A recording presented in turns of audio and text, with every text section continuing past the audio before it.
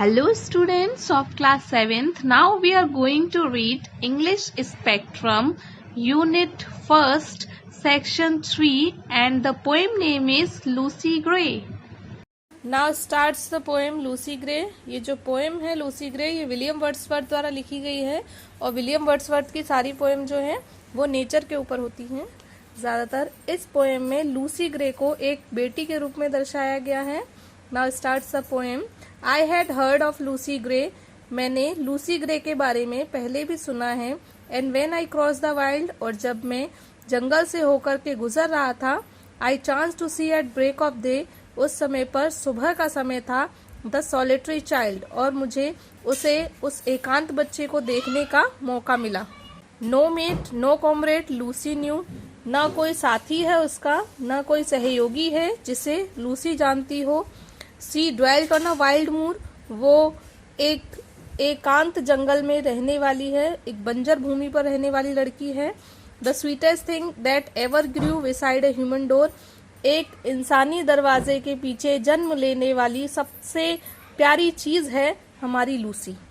You yet may spy the fawn at play, तुम एक हिरन के बच्चे को खेलते हुए स्पाई यानी कि उसकी जासूसी कर सकते हो। The hare upon the green, एक खरगोश के बच्चे को देख सकते हो खेलते हुए ग्रीन यानी कि मैदान में।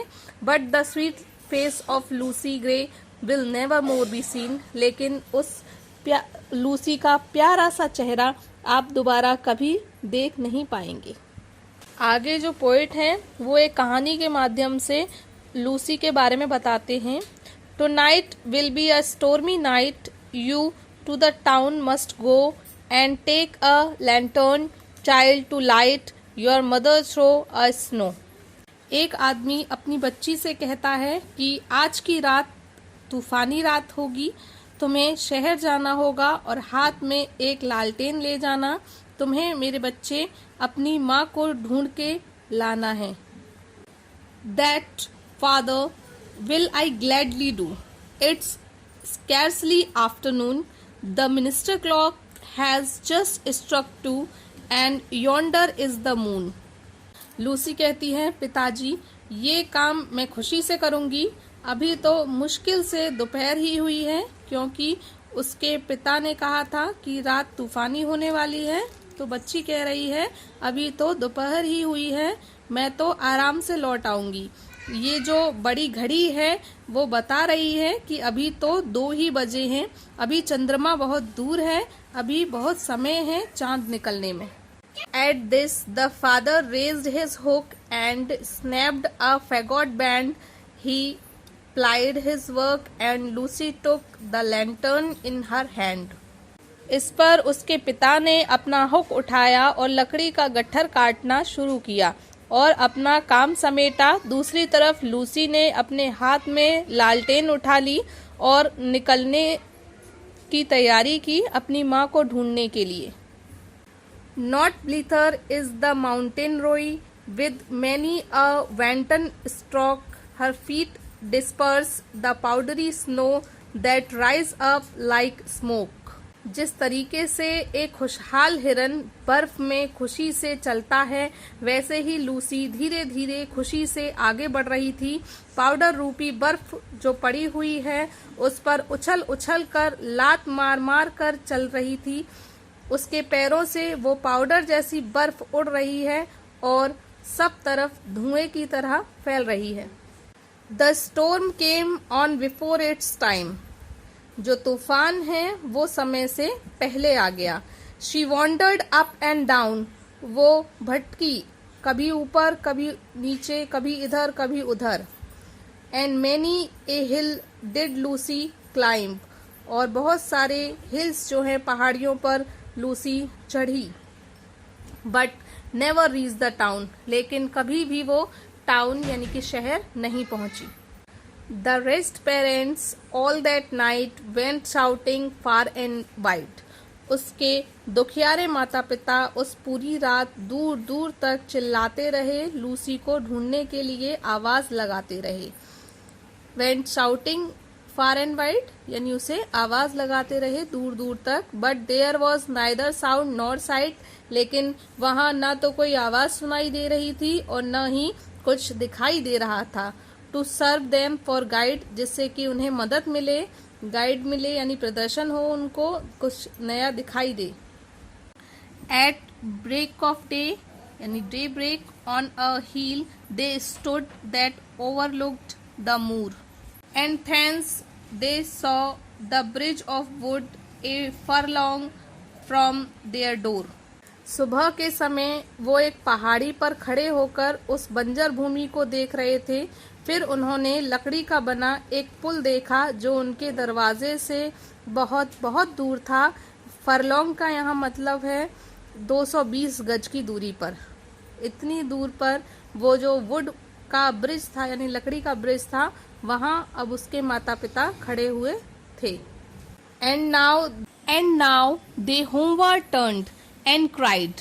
अब वो घर के तरफ वापस लौटने लगे रोते हुए। In the heaven we all shall meet, और कहने लगे कि अब शायद हम सब स्वर्ग में ही मिल पाएंगे। When in the snow the mother spied the print of Lucy's feet, तभी उसकी माँ को बर्फ में लूसी के पैरों के निशान दिखाई दिए। Then downward from the steep hill's edge they tracked the footmarks small and through the broken hawthorn hedge and by the long stone wall, and when an open field they crossed. The marks were still the same, they tracked them on her, nor ever lost, and to the bridge they came. अब उसके माता पिता उस पहाड़ी से नीचे उतरे और वो जो छोटे छोटे पैरों के निशान थे उनका पीछा करने लगे, और वो पीछा करते हुए टूटी हुई नागफनी के बाड़े से होकर गुजरे, और वो एक ऊंची पत्थर की दीवार के सहारे आगे बढ़ रहे थे। उसके बाद उन्होंने एक खाली मैदान को पार किया। अब भी लूसी के पैरों के निशान वैसे ही साफ साफ दिख रहे थे। वो उनका पीछा करते हुए आगे बढ़ते रहे और वो निशान कभी खत्म नहीं हुए। जब तक खत्म नहीं हुए तब तक वो एक पुल पर नहीं आ गए।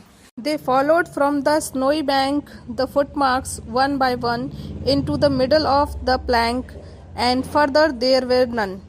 वो उस बर्फ की नदी के किनारे लूसी के पैरों के निशान का पीछा कर रहे थे।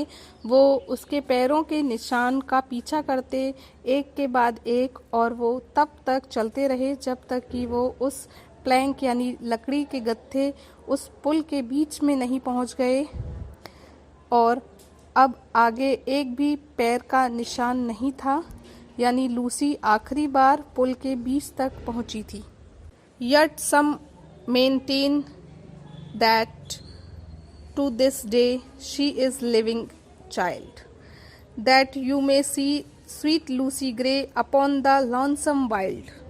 अभी भी कुछ लोग कहते हैं कि उस दिन से आज तक लूसी एक जीवित बच्ची है, और आप उस प्यारी सी बच्ची लूसी को उस एकांत जंगल में आज भी देख सकते हैं। Over rough and smooth she trips along and never looks behind, and sing a solitary song that whistle in the wind.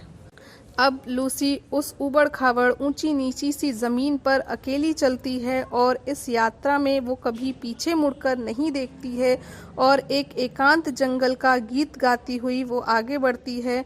उसका जो गीत है वो हवाओं में गूंज रहा है, सुनाई देता है आज भी, और पोइट को भी ऐसा ही लगा कि उसने उस एकांत बच्ची को उस जंगल में उस दिन देखा है।